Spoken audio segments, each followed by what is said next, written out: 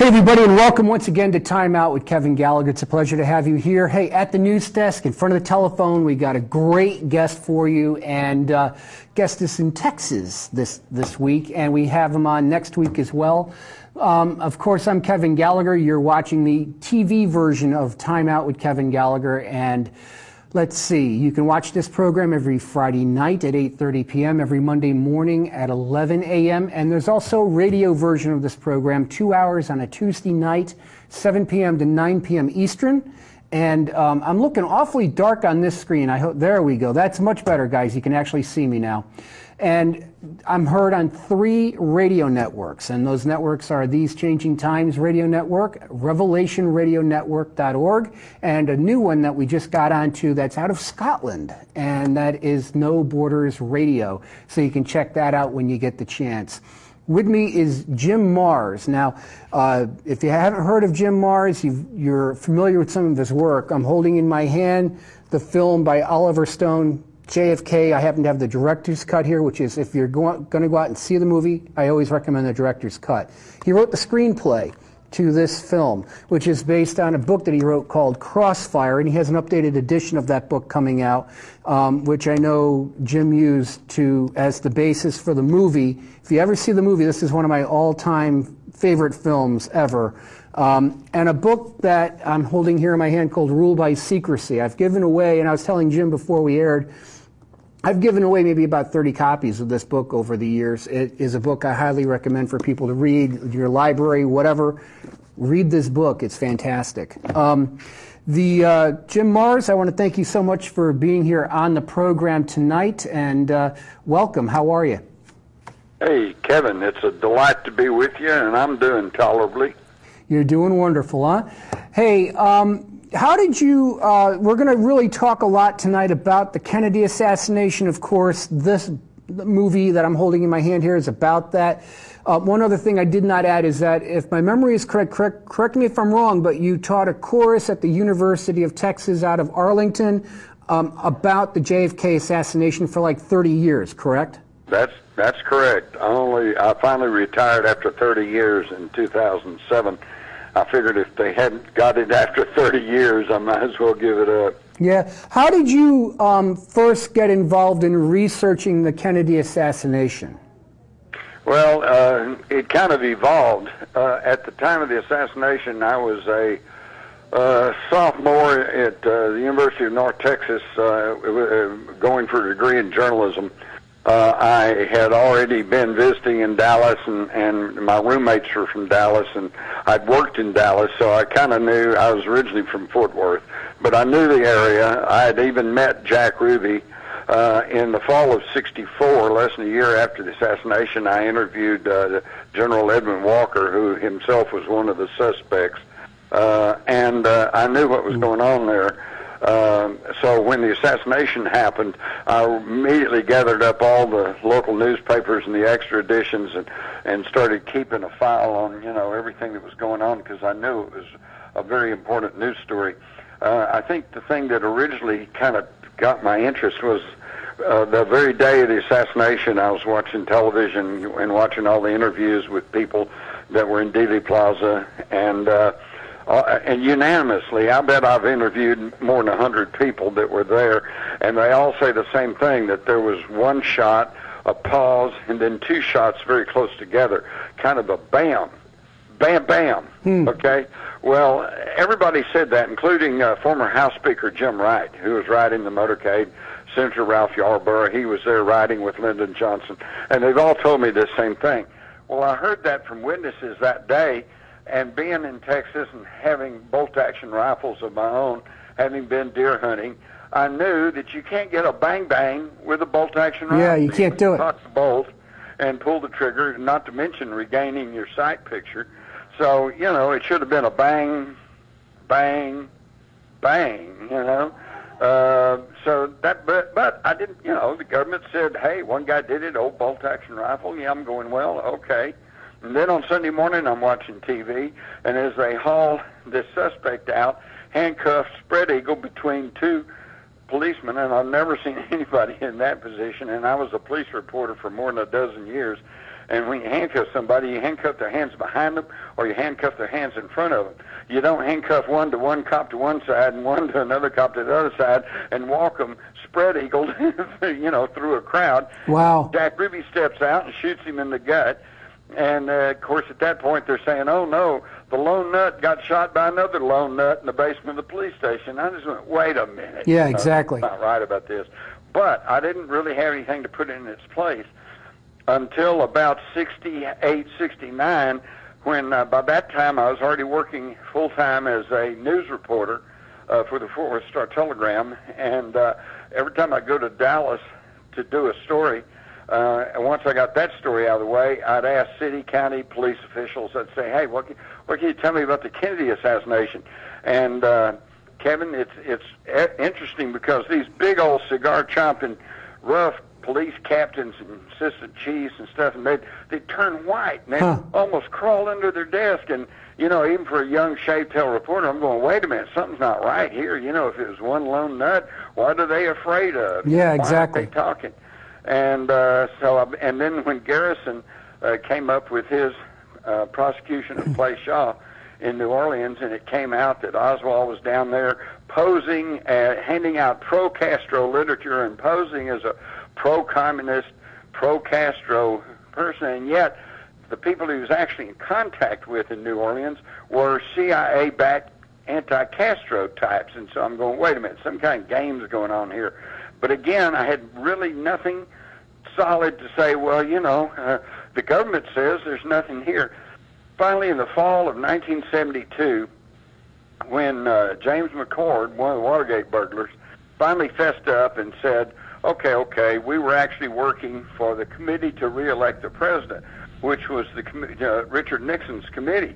And then at that point, it became obvious that Richard Nixon, who kept claiming he didn't know anything about it, was lying. And so bingo, there's a moment of epiphany when I realized the President of the United States has and will and can lie to us. Right. Well, then everything starts coming together, okay? And it was in 76 that I began teaching my course on the assassination of President Kennedy. And in fact, going back a year, and I believe it was 75, I wrote a front-page article that ran for a whole page inside, full of the evidence, and my lead and the headline said, if the new proposed House Committee on Assassinations really does their job, they will find that a coup d'etat took place in this country with the complicity of certain federal officials. Whoa, that was 1975. That was 1975. You said that, huh?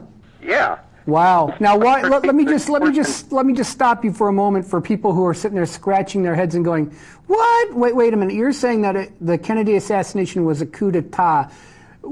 Explain that some more for the benefit of the people watching at home or watching on YouTube right now. Okay. All right. Well, coup d'etat is a French term, and it simply means the overthrow of the government or an administration or a regime through a violent act. Okay. Well, that's definitely what happened here. You had the violent act, Kennedy was shot, and then you had a change of government. They tried to act like everything was the same, but it wasn't. Two very critical points that changed dramatically was the war in Vietnam. In October of '63, Kennedy had issued National Security Action Memorandum 263, which said he agreed with the McNamara report, which had stated that we would be able to disengage our military and our advisors from Vietnam by the end of 1965. He said, and in this same memo, he says, make no public announcement, but begin the withdrawal of 1,000 military people. He was starting to cut back, and I guarantee you, I don't believe he ever would have allowed ground combat troops in Vietnam. He did, because of political pressures, increase our advisors over there from the time he took office to the fall of '63, but then he ordered that we begin withdrawing people, okay? And then, of course, after he's assassinated, that less than 2 days later, Johnson issues National Security Action Memorandum 273 that essentially blocks Kennedy's pullout order, reverses the whole thing, said draw up battle plans against Laos, It started the whole impetus for the war there, and of course several months later, in August of '64, we had the phony Gulf of Tonkin incident. And that's now been proven to be a complete fraud. Hey, even U.S. News and World Report called it the phony battle that started a war. Yeah. It's totally phony. And it was after that he began to introduce ground combat troops and the bombing of North Vietnam, and that's when the Vietnam War actually took off. Okay, so the Vietnam War may not have ever happened if Kennedy had lived, but it definitely happened after he was killed. The other big change was that the very morning of the assassination, Kennedy's brother Robert Kennedy, who was Attorney General of the United States, met with his organized crime task force, which had been bringing intense heat on the mafia and busting the big mafia dons, you know. In fact, prior to their arrival in Washington as president and attorney general, other people such as J. Edgar Hoover, head of the FBI, had maintained there was no such thing as the mafia. It was only after the Kennedy administration came in that they brought Joe Valachi to Washington to testify, and it all began to come out about what inroads organized crime was making in this country. Now, Jim, let me stop you for the assassination. Yeah, but let me stop you for a second. Organized crime task force never met again. Yeah, the thing, I believe the term conspiracy theory comes from those hearings where J. Edgar Hoover had said that if you believe that there's organized crime in this country, that's a conspiracy theory. Is that correct? Probably so. Actually, I think the real negativity towards the term conspiracy theory came after the Kennedy assassination, when there are some CIA documents that went out to all of their operatives all around the world and said, anybody who's questioning the Kennedy assassination, be sure and just paint them with the idea that it's just a conspiracy theory. Okay? Well, now, let me tell you something, by the way. They say, based on the supposition that one of the shots passed through a tree without hitting anything and then struck Kennedy in the back of the neck, even though the wound was in his back, according to the autopsy. He coursed through his neck, then struck Governor Connally, shattered his fifth rib, exited his right chest, entered his right wrist, shattering that heavy, dense wrist bone, and then ended up in his left thigh, and then emerged absolutely pristine, as they called it, without a mark, and was found on a stretcher at Parkland Hospital, but could not be conclusively connected to Kennedy. And we have right now the image. An assassin theory. It was just a theory. It was just a theory. Now, what's interesting is we have the image of the actual X-ray of Governor Connally's wrist, and you can see the the bullet fragments inside the wrist. And it says the X-ray of Governor John Connally's right wrist shows bright spots, which are metal fragments from a bullet. There are more bits of metal still in his wrist and leg than missing from the bullet. Commission Exhibit 399 left, and you can see that bullet that was the exhibit. The government claimed that this is the bullet that caused the wound. Often called the magic bullet, this slug reportedly passed through Kennedy before striking Connally, shattering a rib and his wrist bone before lodging in his left thigh. A total of 7 wounds to 2 men. The small indentation is where the FBI chipped off a piece for spectrographic analysis. So you have a pristine bullet. Hey, the results of the spectrographic analysis, of which they have not yet ever made public. Figures. But J. Edgar Hoover said that trying to compare spectrographic analysis analyzes the composition of the metal, and if it can be matched exactly, bullet fragments, for example, then you can say it came from the same ammunition. So the idea was to check these fragments that they took out of Connally's body and see if they, composition-wise, that they matched the ammunition Oswald had. Well, to the Warren Commission, J. Edgar Hoover said, well, they're similar, okay, in a letter, but the actual thing has never been made public. In fact, there's indications that there were differences. If there's differences, it means 2 different types of ammunition. Because saying the fragments are similar is kind of like saying the woman is a little bit pregnant. Yeah, just a little bit. We have a photo I want to get up on the air right now. If you could get that composite that has the 3 images of Dealey Plaza. Yes, that's the one. We're showing the picture that shows the flash with the red circle around it, and then on the right-hand side, Jim, is the one that shows how the image of the shooter from the grassy knoll has been taken out of that. I guess that's been done with computer technology. I'm assuming that you're talking about the Mormon photograph? Yes, and it has the picture outlining, showing the flash of the gun. It looks like somebody that's been dressed as a cop, and then you have circled on a guy's arm. It shows like the patch of a, yeah. Well, it's great to explain this to your radio audience. Mary Mormon was standing on the south side of Elm Street and took a picture with a Polaroid. Mm-hmm. And what we find in a blow-up is what, to me, is pretty obviously the figure of a man with his arms in the classic rifle-firing position. Right. You can see his hairline, his left ear, and his eyes.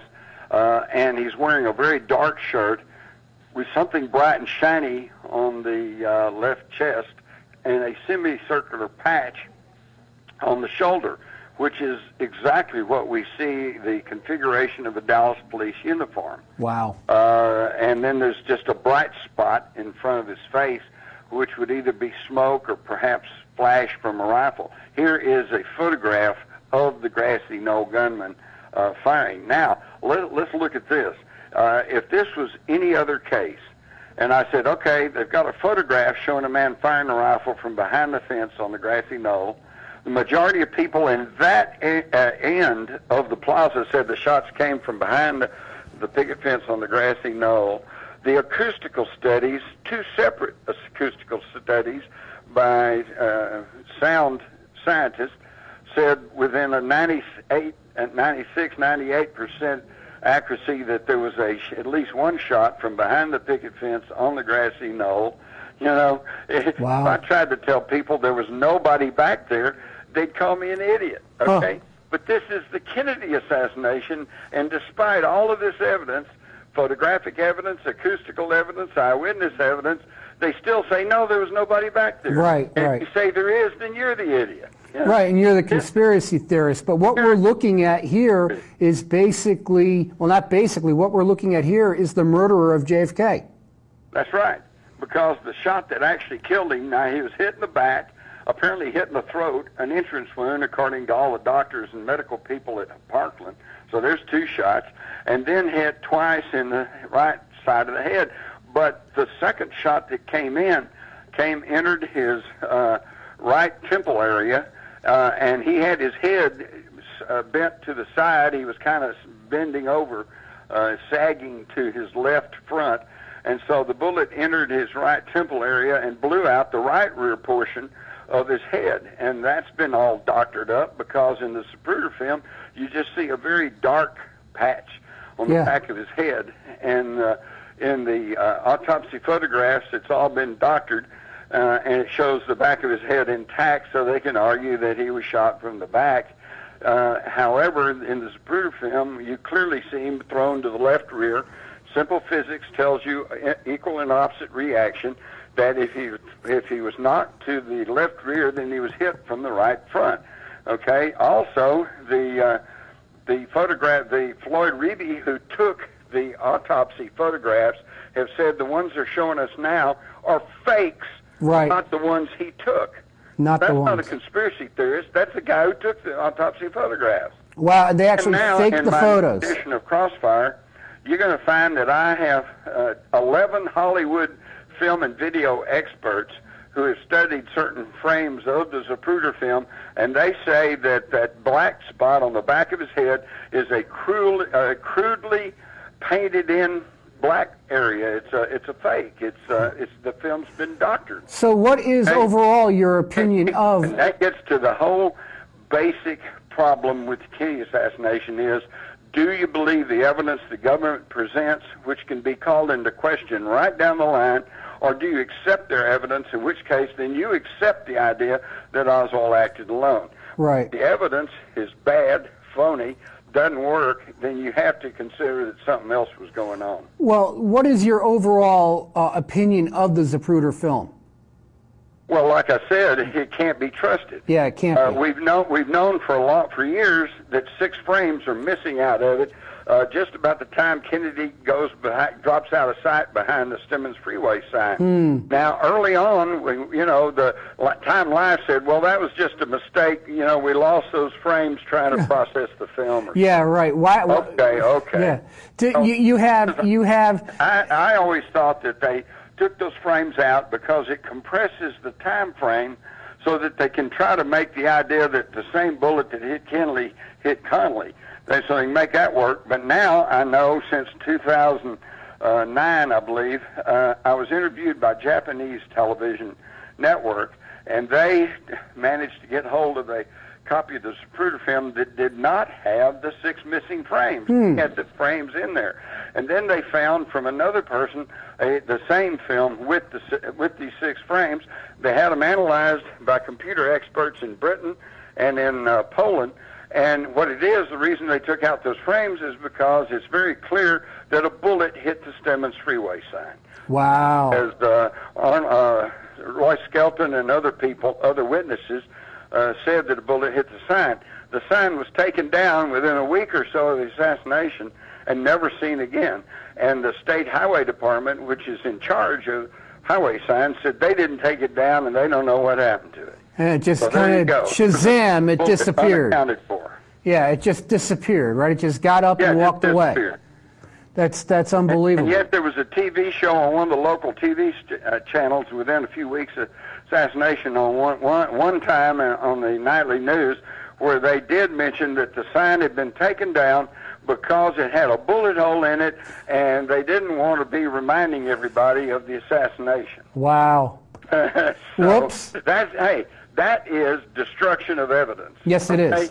Which in connection to a homicide is a punishable, jailable offense. Yeah, kind of like what they did with the towers on 9/11, just scooping everything out of there and bringing it to the Fresh Kills landfill. Exactly. They were destroying all the evidence of the biggest crime of the 21st century.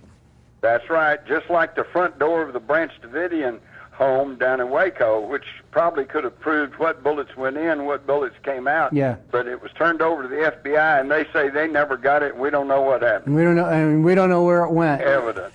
Hey, I got about 5 minutes left with you. What would you like to get out on the air about this subject that we haven't touched on yet? Oh, there is so much to I know. But I'll tell you what, it's all going to be in my new updated, expanded version of Crossfire, The Plot to Kill Kennedy, which is being shipped to bookstores as we speak. Yep, and you can get more, information about that. Yep, you can get more information about that, I'm sure, at your website. Right. Yeah, Mars.com. Yeah, the book itself, it's real thick. It's a great read. I love your writing style because you can get through several pages, 20, 30 pages, and realize, oh, wow, I've just read 20, 30 pages. It's easy reading, but it's not simple. You got a nice flow. You connect all the information together well, and it just keeps you wanting more. At least that's what happens when I read any of your books, such as this one here, or some of the other ones like Alien Agenda. What I've always found fascinating, though, is that as the decades have gone by, more and more people are believing that the elements of the government had a hand in the Kennedy assassination, whereas if you look, back, at the late 60s, that certainly wasn't the case. Well, that's absolutely right, and it's a correct view because what you can prove, in fact, I'll name 2 men who are guilty in the Kennedy assassination, and that's his successor, Lyndon Baines Johnson, and his next-door neighbor and old buddy, FBI Director J. Edgar Hoover. Now, can I prove that those 2 men orchestrated or ordered the assassination? No, but what I can prove beyond any reasonable shadow of a doubt is that both of those men took actions to block and thwart any truthful investigation into the assassination, which makes them, under our legal system, accessories after the fact. Which under our system of law makes them as guilty as the person who pulled the trigger. Right, which means that at that time could have put them in the gas chamber or the electric chair.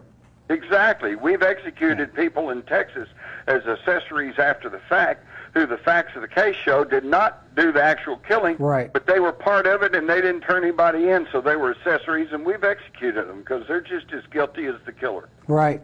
That's really amazing, to think about. And now after all this time, I mean, the JFK assassination is easily the most witnessed murder in the world, in probably world history, and yet we're still battling over things like who actually killed him, et cetera, because the one thing that I know for sure in my own heart is that Oswald definitely didn't do it, and I had seen a photograph that I'd come across maybe 2 or 3 years ago where somebody had looked at outside the book depository. This person would be standing there, and it would be as the motorcade was going by, and if you look at the stylish shirt and everything that Oswald was wearing, it's identical, and it looks just like him, and it's the same type of shirt and jacket. You're talking about the Alkins photograph, and yeah. I'll tell you, I spent a lot of time with Marguerite Oswald, Lee's mother. Yeah. She swore up and down that was her son standing in the doorway of the book depository as Kennedy passed by and was already being fired upon.